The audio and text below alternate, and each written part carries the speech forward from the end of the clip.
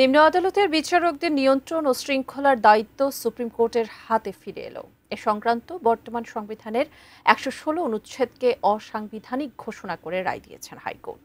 একই সঙ্গে রায়ে আগামী ৩ মাসের মধ্যে সুপ্রিম কোর্টের জন্য আলাদা সচিবালয় প্রতিষ্ঠার নির্দেশ দিয়েছেন উচ্চ আদালত। জাবেদ আক্তারের আরও একটি প্রতিবেদন। ১৯৭২ সালের মূল সংবিধানের ১১৬ অনুচ্ছেদ অনুসারে অধস্তন আদালতের নিয়ন্ত্রণ ও শৃঙ্খলা সংক্রান্ত বিষয় ন্যস্ত ছিল সুপ্রিম কোর্টের ওপর।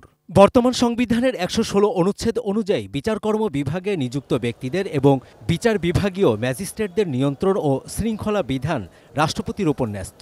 যে সরকার যখন ক্ষমতায় আসে তখনই নিম্ন আদালতকে প্রভাবিত করতে চায়।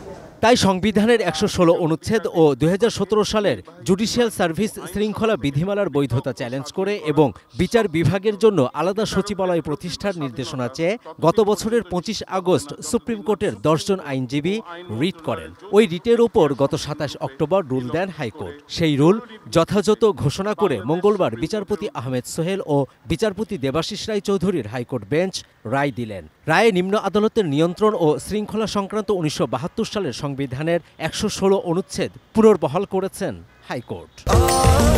স্বাস্থ্যকর অল টাইম ফ্যামিলি কেক, সব সময় অল টাইম হেলদি লাইফ।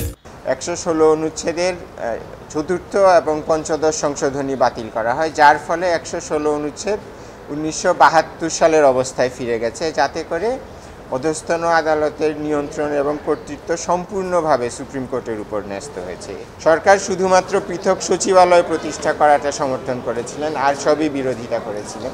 এই রায়ের মাধ্যমে নির্বাহী বিভাগের করায়ত্ত এবং রাজনৈতিক প্রভাব থেকে আমাদের অধস্তন বিচার বিভাগ মুক্তি পেল। নাটাই পরিপূর্ণভাবে সুপ্রিম কোর্টের উপর ন্যস্ত থাকলো। এক্সিকিউটিভ বা শাসন বিভাগ আর ছড়ি ঘোরাতে পারবেন না।